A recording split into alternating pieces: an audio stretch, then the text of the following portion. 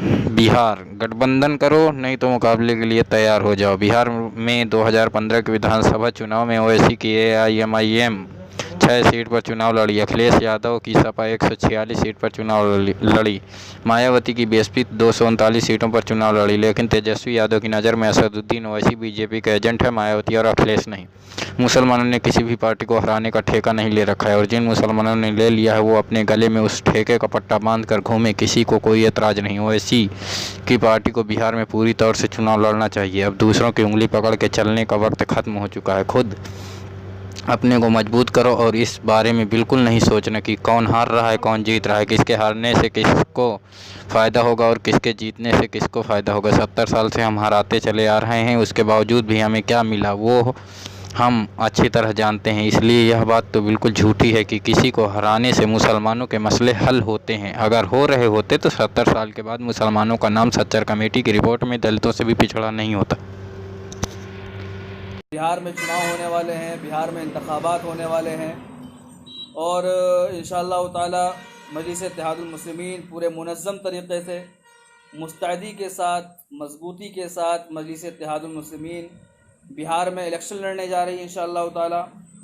और कल बिहार के सूबाई सदर जनाब अख्तरुल ईमान साहब ने 32 सीटों पे पहले चरण में, यानी पहला चरण होगा, पहले चरण में 32 सीटों पर ऐलान किया है चुनाव लड़ने के लिए। और इंशाल्लाह अभी बहुत सारी सीटें हैं जिनका ऐलान होना है।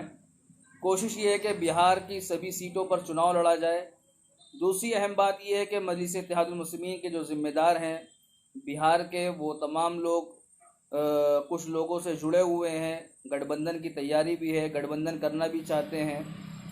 अगर गठबंधन कर लेंगे तो सेकुलर जमातें, उनका मान सम्मान भी रह जाएगा।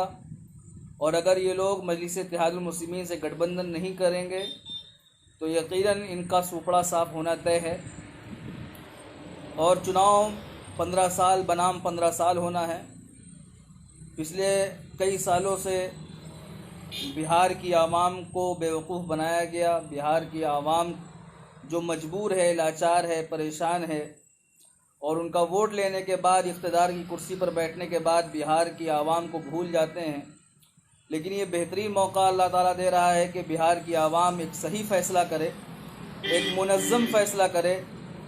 और अगर ये फ़ैसला अक़लमंदी और शऊर के साथ किया बिहार की आवाम ने, तो इंशाअल्लाह ताला अब की बार बिहार के अंदर ऑल इंडिया मजलिस इत्तेहादुल मुस्लिमीन एक नया इतिहास लिखने की, एक नई तारीख़ रकम करने की तैयारी करने जा रही है।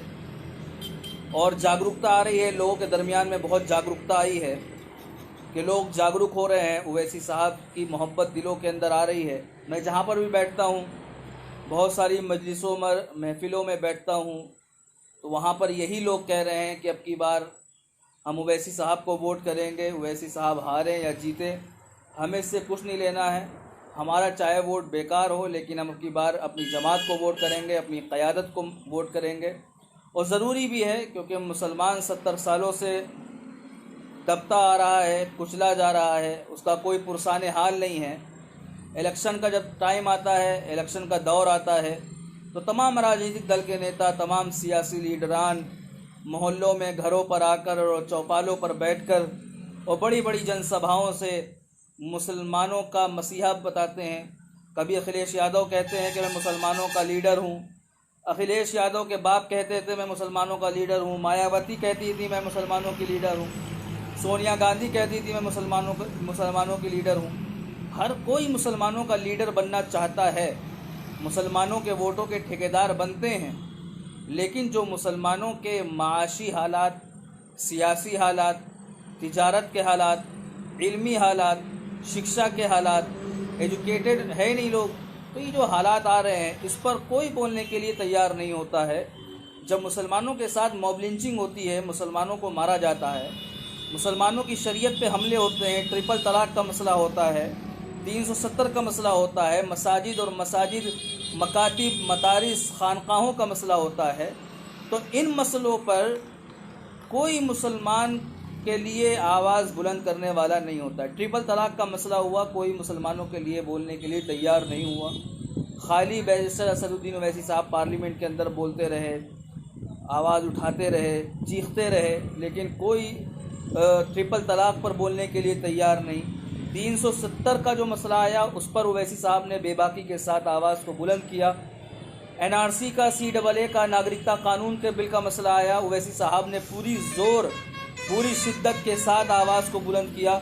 लेकिन कोई भी लीडर, अखिलेश यादव, मायावती हो, राहुल हो, सोनिया गांधी हो, कोई आवाज़ बुलंद करने के लिए तैयार नहीं रहता है। सवाल यही है कि आखिर कब तक मुसलमान इन सेकुलर दलों में बैठकर जिंदाबाद और मुर्दाबाद के नारे लगाएगा, इनकी जनसभाओं में जाकर जिंदाबाद और मुर्दाबाद के नारे लगाएगा, आखिर कब तक इनकी कार्यालयों में जाकर दरियां और कुर्सियां बिछाएगा। आखिर मुसलमान अपना राजनीतिक दल मजबूत क्यों नहीं कर रहा है।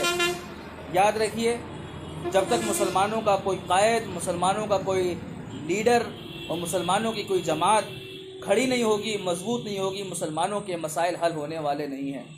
मुसलमानों के मसाइल जब हल होंगे, जब अपना सियासी प्लेटफॉर्म तैयार होगा, अपना सियासी कायद, अपना सियासी लीडर खड़ा होगा, जब जाके हमारा मसाइल हल हो सकते हैं। तो इस टाइम बहुत अच्छा मौका है बिहार की आवाम के लिए कि बिहार की आवाम मुत्तहिद होकर, मुनज़्ज़म होकर अब की बार बैरिस्टर असदुद्दीन ओवैसी साहब को मौका दे और अपनी जमात को मजबूत करें, अपनी क़यादत को मजबूत करें।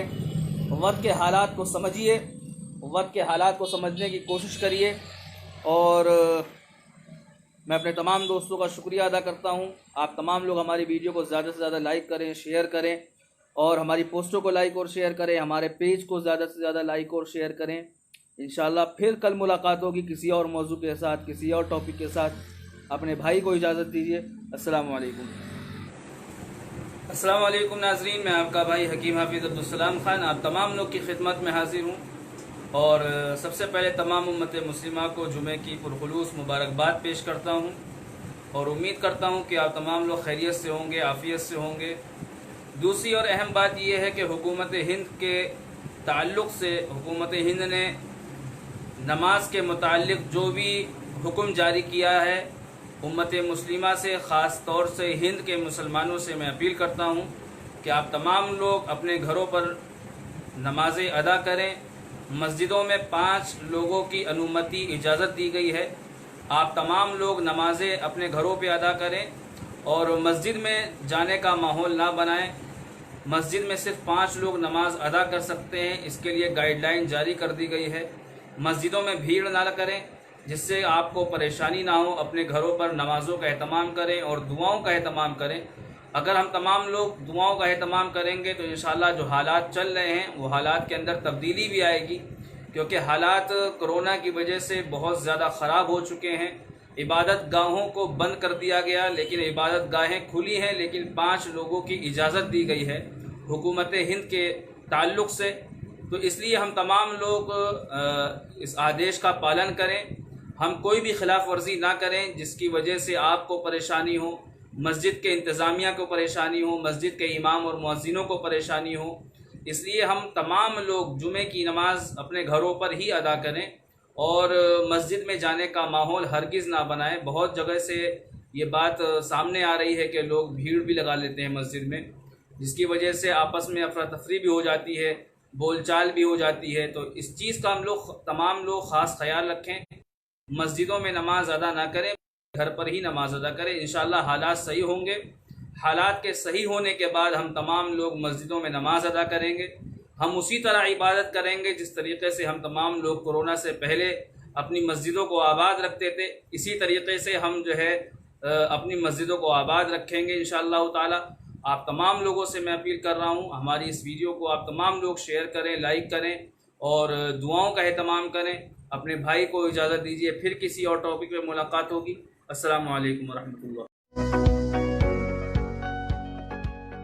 Please like and subscribe my YouTube channel.